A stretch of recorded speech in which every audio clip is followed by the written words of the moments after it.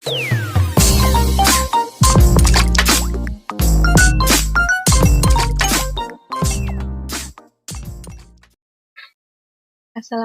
warahmatullahi wabarakatuh. Selamat siang teman-teman. Semoga senantiasa dalam keadaan sehat dan lindungan dari Allah Subhanahu wa taala. Baik, sebelumnya yang terhormat Ibu Nisa selaku dosen pengampu dari mata kuliah komputasi kimia, kami dari kelompok 2 yang beranggotakan saya Wahyuni Minatu Zahroh, Istiqomah, serta Ika Apiana akan mempraktekkan tentang Fractional Crystallization Lab menggunakan aplikasi ChemLab. Nah, langkah pertama yang dapat kita lakukan yaitu dengan membuka aplikasi ChemLab tersendiri. Setelah itu akan muncul kotak dialog seperti ini, lalu kita pilih Fractional Crystallization Lab. Nah, lalu kita pilih OK. Sebelumnya, aplikasi ChemLab ini akan sangat mempermudah kita buat melaksanakan praktikum ya, apalagi pada masa pandemi COVID-19 ini.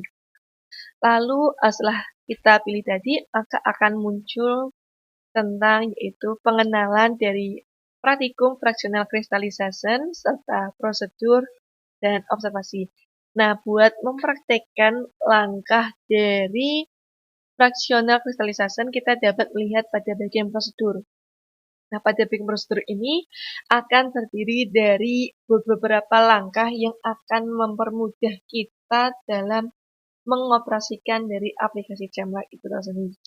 Nah, langkah pertama dalam melakukan praktikum bisa dilihat yaitu dengan menyiapkan kedua garam, yaitu garam NaCl dan K2Cr2O7 di dalam gelas beker berukuran 100 ml dan ditambahkan dengan 60 ml air. Nah, caranya ini sangat mudah, yaitu dengan cara kita pilih ini gelas beker yang berukuran 100 ml, atau buat menampilkannya kita dapat pilih equipment, lalu kita pilih beker, lalu kita pilih ukurannya. Oke. Setelah itu kita tambahkan air sebanyak 60 ml. Caranya kita aktifkan gelas bekernya. Nah, tandanya kalau dia sudah aktif, dia akan muncul garis biru. Muncul bingkai garis biru. Setelah itu kita pilih add chemical. Kita pilih H2O, lalu volumenya kita ubah menjadi 60. Setelah itu kita pilih OK. Kemudian kita tambahkan 12 gram dari sodium kloridanya. NaCl sebanyak 12 gram. Oke, kemudian tambahkan 15 gram potasium dikloridanya. Mohon maaf, potasium dikromat ya. Sebanyak berapa? 15 gram. Kita pilih OK. Kemudian kita aduk menggunakan stirring rod. Lalu supaya dia itu benar-benar larut, maka kita tambahkan bunsen buat mempercepat. Oke, kalau sudah, kemudian kita dapat hapus dari bunsennya ya. Selanjutnya yaitu kita akan menaruh gelas beker yang berukuran 100 ml ke dalam gelas beker yang berukuran 600 ml yang telah diisi dengan air es sebanyak 300 ml. Nah, tujuannya itu supaya kita dapat mengeluarkan dari kalium dikromatnya. Nah, kalium dikromat di sini itu akan keluar pada suhu 0 derajat Celcius ya. Caranya itu kita pilih jadi equipment, kita pilih beker berukuran 600 ml, mohon maaf. Oke, kalau sudah, kemudian kita tambahkan air. Ini kita pilih add water, add ice water, hingga volumenya menjadi 300 ml. Oke, kalau sudah, kita tempatkan gelas beker yang berukuran 100 ml ke dalam gelas beker yang berukuran 600 ml. Nah, caranya itu sangat mudah, yaitu dengan kita memblok kedua gelas beker tersebut. Setelah muncul garis bingkai biru putus-putus, lalu kita pilih align, kita pilih combine. Nah, kalau sudah seperti ini, kita tunggu hingga hingga kalium dikromatnya itu benar-benar keluar. Nah, tanda kalau dia sudah benar-benar keluar yaitu akan muncul endapan berwarna merah. Kita harus benar-benar menunggunya ya supaya hasil endapannya pun akan maksimal. Oke, kita tunggu.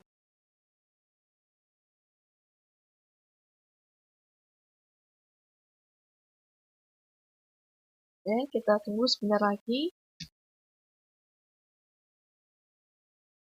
Nah, ini juga sudah merah.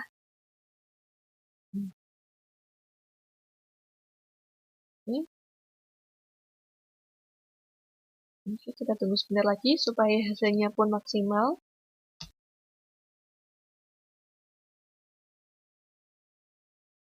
Kalau sudah, kita dapat melanjutkan langkah ketiga, yaitu caranya dengan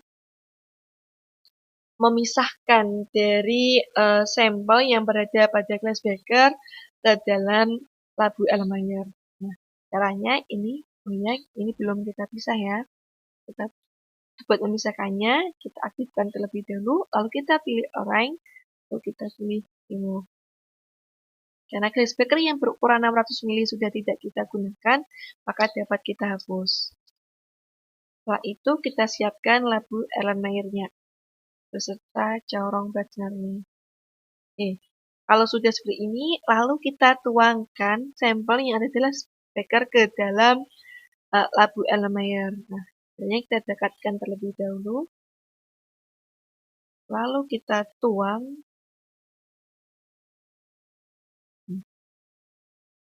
Hingga sampel yang ada di glass beaker benar-benar habis. Oke.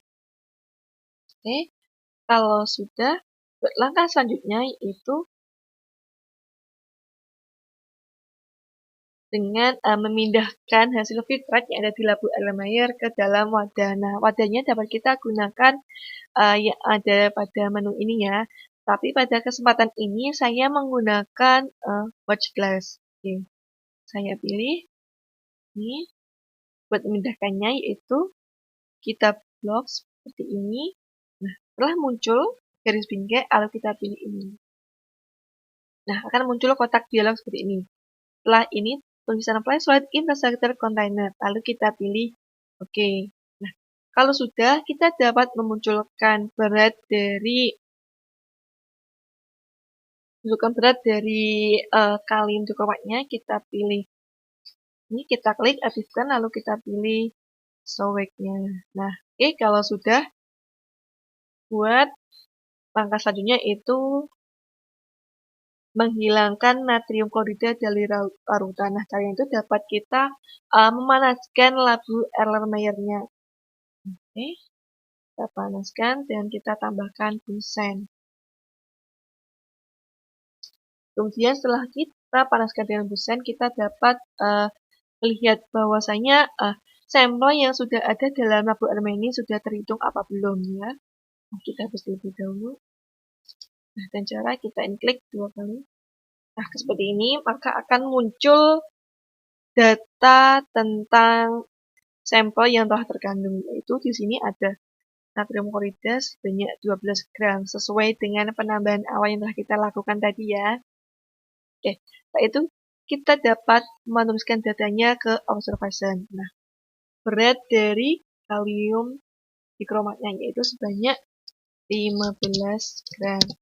Lalu berat dari natrium kloridanya tadi itu 12 gram.